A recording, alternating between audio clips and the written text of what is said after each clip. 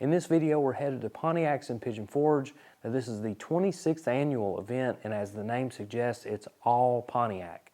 And this event is geared mostly towards muscle cars and pony cars, but there's always some cool vintage treasure on hand. We're going to check it out today. Now, front and center inside the LeConte Center were two Pro Street Pontiacs. This first one, a first generation Firebird. You can see here, this one does have a Chevrolet engine, which is kind of frowned upon in the Pontiac crowd, but still pretty cool. Got the big B&M blower. Now this one, this thing is slick. This second generation Trans Am, it's sitting right. It's got those weld wheels on it, big weld wheels on the back with Mickey Thompson tires, huge blower, two 4-barrel carburetors. This thing is set up just right. And you look on the inside, it's got a roll bar, it's got a factory style interior otherwise, that factory steering wheel. And then backing up, you see this thing's got a great stance, and obviously that black paint is polished to perfection. Next up is a 1961 Pontiac Ventura. You'll notice that iconic bubble top roof that was shared amongst the Chevrolet, but you can see lots of distinct bodywork on these Pontiacs. And then under the hood of this one, a killer Pontiac engine, aluminum heads, aluminum intake, Sniper EFI, and then we can see lowered stance, shaved door handles, and some other custom tricks on this low-down street cruiser. Now here's another low-down, full-size cruiser, this time a Catalina station wagon. You can see those big 5-spoke wheels and redline tires, and then under the hood, it's got an LS engine, power brakes, power steering, air conditioning, and it's got all the right stuff to go down the road and to be comfortable. You can see they've lowered this thing down, and they've even got some camping gear up there on that stainless roof rack. This thing's ready to go. And now for something a little more muscular, this time a 1965 Pontiac GTO. Now this thing's got beautiful bright red paint. It has a 389 with 3 deuces on there. This thing is set up just right. And my favorite part are the wheels and tires, because this thing has a rare set of Hurst mag wheels, Firestone redline bi-sply tires, and it's just a great looking setup all the way around. You can see that engine bay is super clean. Not a whole lot of accessories going on there because these cars were made to go fast, and this one looks really good. Up next is a customized 78 Trans Am, and you can see a vibrant color combination here, and then you can also see molded in fender flares and rocker panels, completely custom interior. You can see a lot of modern details in there.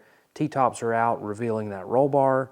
Got flush fit windows in there, great stance, snowflake wheels of course, and then when we look under the hood, this thing has all sorts of modern equipment. You can see those handmade closeout panels that closes out the radiator area and the inner fenders, LS engine, shaker hood, billet hood hinges. This thing is a top of the line custom car, and it was built here locally in Jasper, Tennessee at Slowpoke Speed Shop. Next up is a really special and extremely rare car. This is a 1962 Pontiac Catalina, and this is a 421 Super Duty car. It has 2 4-barrel carburetors, but the really special part of this car are the factory lightweight components on the body. This thing has an aluminum hood, aluminum fenders, aluminum inner fenders, aluminum front and rear bumpers, and a special channel frame. So this thing is essentially a factory drag car. There were less than 200 of these cars built in 1962, and this example was the Ted Ware Pontiac that was drag raced in the New England area in the early 60s.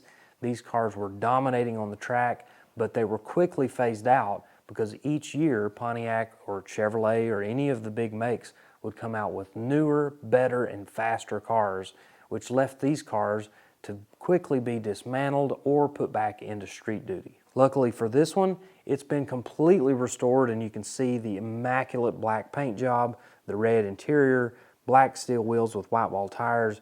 This car has an incredible appearance, and it's hiding a lot of really special stuff, including all that lightweight bodywork. Here's another rare car. This time it's a 1973 Pontiac Trans Am. This one came with the 455 Super Duty engine, and it's one of only 252 Trans Ams that were produced with the engine, and one of only 180 cars with the automatic transmission.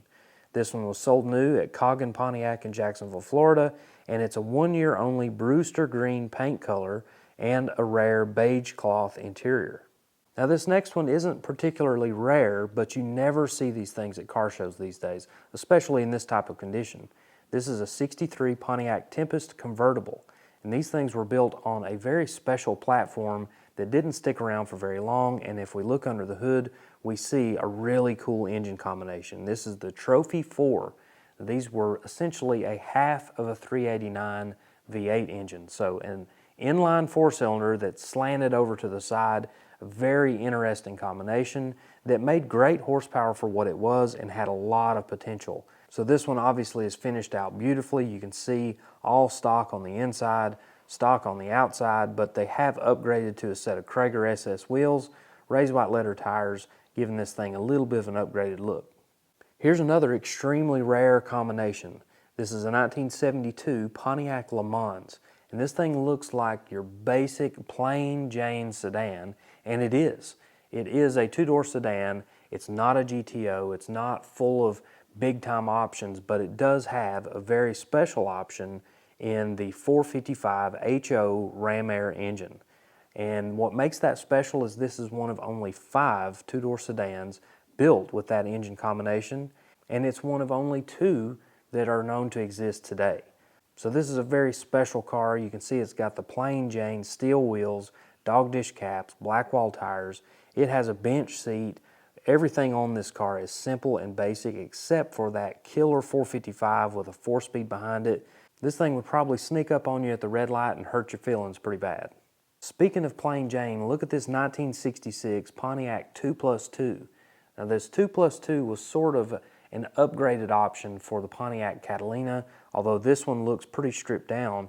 But under the hood, these cars had the 421 cubic inch engine, which made plenty of power even with just a single 4-barrel carburetor. And check out the interior on this car. Beautiful red bucket seats. Look at that steering wheel, the dash, the console. Every piece of this car is immaculate. And you can see on the outside of it, it's a plain white paint job, plain white steel wheels, dog dish caps, another really cool sleeper, and a very nicely restored car. Now here's a modern Pontiac. These Pontiac GTOs from the mid-2000s were really spectacular cars. They had a lot of potential to go fast. They had LS-based engines, and this one has a pro-charged LS engine making big-time horsepower. This car's got a bright red paint job. You can see it's lowered. It's got the front runners up there, bead locks on the back, a sheet metal wing. I mean, this thing is ready for the track, but I'm pretty sure you could still drive it on the street. Here's another customized Trans Am. This time it's got a little earlier front end on it than that previous one we looked at, but still very similar in style where it has the molded fender flares, molded rocker panels, big billet wheels. You can see this one under the hood has a serious combination with 2 centrifugal superchargers, lots of polished aluminum, lots of chrome work, beautiful paint work on this car, and a really wild pro touring look. Now this next one was a special request from some viewers that I met there at the show. Now this is a beautiful car. This is a 55 Pontiac Safari. Now this is Pontiac's version of the Chevrolet Nomad, a sport station wagon. So you can see that sporty roofline, 2-door. This is a beautiful car, beautiful paint work on this thing. The stance is great. They've got some bigger aluminum wheels on there. And then under the hood is a tune port, small block Chevy, lots of aftermarket accessories there, power brakes, power steering, air conditioning, aluminum radiator. They have this thing set up to look good at the show, but also hit the road really nice. This event has an indoor portion and an outdoor portion, and outside I saw some really cool stuff too, including this very familiar car. I saw this thing a few years ago at the Street Rod Nationals, and I did a full documentary video on it. You can go check that out some other time. But for right now, I'll give you the short version. This is a 1960 Pontiac Catalina, and this thing is a true survivor from the 60s. The paint that's on this car, the lettering, the wheels, every piece of this car is just like it was raced back in the 60s. And this thing still has a lot of its racing components under the hood, including a 1960 389 that's bored 30 over. It has 421 Super Duty heads, 421 Super Duty aluminum 2.4 intake, Carter AFB 4-barrel carburetors. It has a modern comp cams camshaft in it with roller rockers, and it's been upgraded to electronic ignition. But this thing is very period correct in terms of the appearance of the car. This car remains surprisingly untouched on the interior. You can see the upholstery is beautiful. It's not been cut up and turned into a full-on drag car. You'll notice no roll bar or anything like that, but the windows on this thing are absolutely covered with class winner stickers from all sorts of racetracks in the Northeast. And there are so many great artifacts to this car, the leftover parts and pieces, some of the extra parts, and just the documentation that came along with this car, and the fact that one of its previous owners met that original builder and got even more information gathered on this car. It's a great piece of drag racing history, and if you want to see more details on it and hear more of this story, go ahead and click that link I'm putting right up here. You can watch the full piece on it.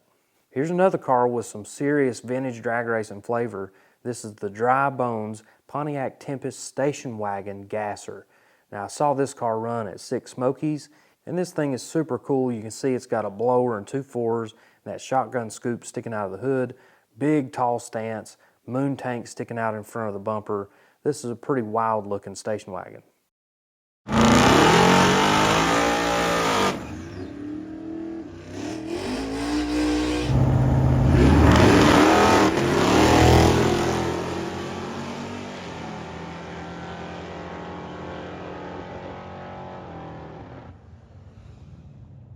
And here we have yet another drag racing themed car, this time a 67 Pontiac Le Mans Gasser.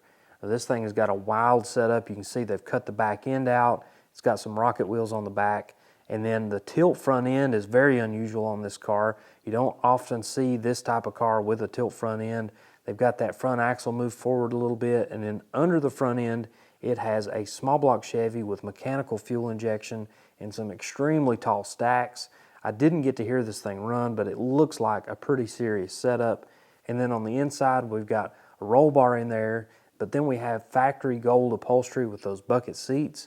It does have an aftermarket shifter and a switch panel, but for the most part, this isn't a totally cut up race car. It still has some cool factory components built into it. And then as we back up, this thing has a great stance. You can see it's not too high, it's not too low. It's got a great looking combination. It's got some late model Gasser wheels on it, but all the way around, this is a pretty cool looking car. Now, I thought this one was pretty cool. This is a Pontiac GTO, the Judge package. You can see those decals. Everything is intact on this car, but this thing is mostly original. The paint on this car is old. It's starting to crack and show its age a little bit, but it still presents extremely well. And of course, it got my attention because of those Hurst wheels, Firestone wide oval tires. Then we look under here, all stock under the hood. Nothing has been touched under here. This car has not been restored, so most everything on this car is like it left the factory. Now here is an extremely cool station wagon. Now this thing's got the roof rack, it's got the luggage in the back. This thing is totally ready for a road trip. This is a 63 Pontiac Catalina station wagon. We can see beautiful paintwork on this car. The interior looks really good. And we can see it's got bucket seats and a 4-speed transmission, which is extremely rare. And then up here, 421, tri-power, power steering, power brakes, air conditioning. This car literally has everything. There is nothing else that you'd want on this car. You can even see it's got the 8-lug wheels, white wall bias-ply tires. This is the perfect station wagon. And now for a little different station wagon, we got a 65 Pontiac wagon here. You can see they've got that back end jacked way up. It's got aftermarket 5-spoke wheels on it. And then under the hood is where it gets a little bit more interesting, a modern Hemi engine in this Pontiac station wagon. This is definitely an odd combination, but they did a good job putting it in there, and I'm sure this thing runs really good. Now, you may have seen my video from the Bandit run, and it was just raw footage of the Bandit cars going up Highway 411 as they were headed from Sweetwater, Tennessee to Pontiacs and Pigeon Forge. And there was about an 80-mile police escorted cruise that happened on Tuesday evening. And it was an extremely cool deal, and I was able to capture some of that footage. I'm going to go ahead and tack that onto the end of this video. So wait around to the end and see some of these cool cars. There was a lot of great stuff on the road, including the Buford T. Justice police car, Snowman's big rig, and of course several Bandit-themed Trans Ams, and a lot of other cool stuff too. So stick around for the end of that. There's a lot of cool stuff to see. Heading back inside the LeConte Center, I gotta show you these 3 iconic and amazing Pontiac engines that were on display. These things were absolutely my highlight of the whole event. And this first one was inside the Butler Performance booth. Now they make tons of high performance parts, including aluminum heads and all sorts of performance parts for Pontiac engines. And this one they had on display is a very special piece because this is the original Pontiac block that was used in Mickey Thompson's Challenger 1 land speed car that set the record in 1960 at 406.60 miles per hour. I was able to see that Challenger land speed car at the Daytona Museum, and it was amazing to see that thing in person. Obviously, by that point, the engines had been changed and updated, but this was one of the original engines that set the record in 1960. And what makes it special is that it's all aluminum and it's extremely exotic in how the cylinder heads are made. Now, these cylinder heads were not used on the land speed car. These were developed as prototypes for another configuration. This thing has the intake and exhaust ports on the same side of the cylinder head, which is really unusual, and it leaves it completely bare and slick on the inside, right here like where the lifter valley is. And that's because this thing was set up to run dual superchargers. It was supposed to run two big superchargers off to the side of the engine to feed directly into those cylinder heads. This was a truly exotic setup. All of these components are essentially one of a kind, even though there were 4 of these engine blocks inside of that Challenger 1 when it set the record in 1960. These next 2 engines are extremely cool, and it was a special treat to see them in person. I've heard about these engines for years, and seeing them in person and hearing the stories and hearing about all the exotic components was extremely cool. These 2 engines belong to Randy Kilgore, and he's a local car guy, and he runs across some cool stuff from time to time.